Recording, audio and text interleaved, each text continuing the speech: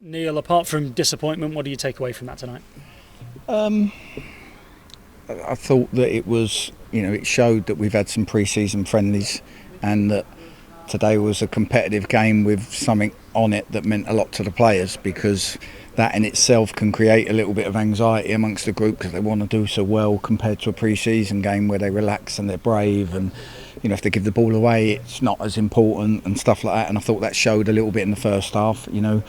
We knew from when we played at Wembley the intensity they play at, and we knew we had to compete and stand up first balls, second balls, which we didn't do at Wembley in the first half.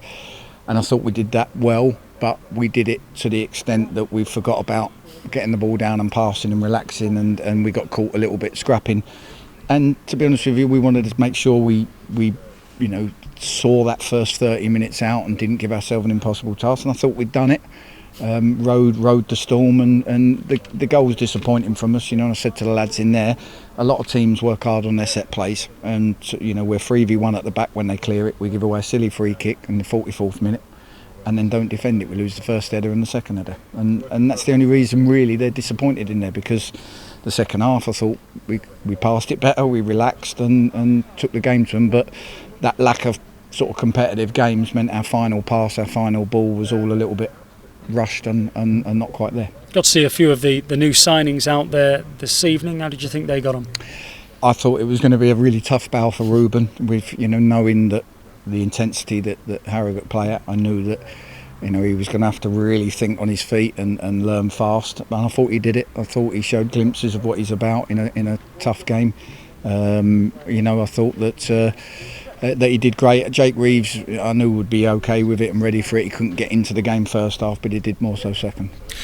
Turn our attention to Cal Roberts. He went down and went off on a stretcher with about 15 or 20 minutes to go. It looked like a really painful and worrying one. How's he doing? We don't know. He's going to be put in a boot, I think, for precaution. Basically, he's got studs right down the back of his ankle with loads of marks on it, and I think the thing that's probably worried him the most, he lost all the feeling in his foot. So whether it's nerves, whether it's ligaments, we don't know. It hasn't swollen up as bad as they sometimes do, but he just can't feel his foot, and even in there now he's got not much feeling in his foot. So he's in the right hands, and we'll find out more over the next few days. No doubt, and it was a cynical one which was meant to stop a counter-attack. The referee pulled the yellow card. Did you think it could have been more?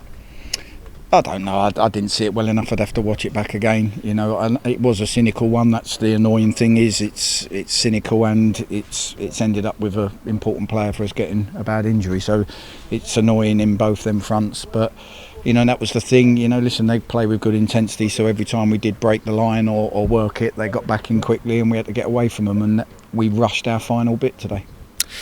Given everything that's happened today with the government announcements about fans not being allowed to return to games in October, and obviously the doubt that then throws over there being a National League season, was it difficult to get the players to focus on the game this evening? No, we had a job to do, and we was desperate, really desperate to get there for our fans so that they'd have a chance of going. Wasn't to be. We won't play a team in our league as good as Harrogate, and we matched them in a lot of ways today. So, what's going on in the world's crazy at the moment, as we know. But the one thing that I did hear today out of what the government said is that everything that's gone on today could be in place for the next 6 months. So for me, personally, that has to rule out delaying our season, because it's not going to be delayed for a month.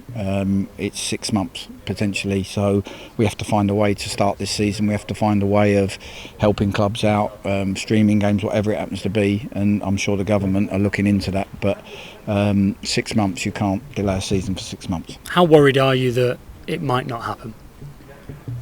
I was worried last night when I come out of a managers meeting and was told if fans don't come back to football that the league won't start. Having seen what the government said today, I've got to have a bit of confidence or belief that the government will find a way of helping sport if they can't have supporters there. So I just think we've all got to come together. It's not ideal, and none of this is ideal, but we've got to find a way to plough through this. And for me, all the leagues below us are playing, all the leagues above us are playing, and there's 2 leagues stuck in the middle that are being restricted their trade when there has to be a way of finding a way through it, of getting through it. A lot of sports organisations, clubs, governing bodies have been calling for the government to find an emergency fund. Do you back those calls? I think it's the only way it's going to work, but obviously the government, rightly so, will say how much they've ploughed into furlough and helped out businesses. But I know they helped out the arts and the theatre, because when you're restricting somebody's trade, so to speak, there has to be a solution and a way out of it. And I hope that the government and the football and the FA and everybody can find a way of ploughing through this and solutions to it. What happens if, say, they don't, and you can't get fans back in, and a lot of clubs in the National League have said they want to play regardless whether there are fans or not, and then some other clubs have said we can't operate without fans? With all that being said, if the league doesn't start and fans aren't allowed back in, what happens to the players here? What happens?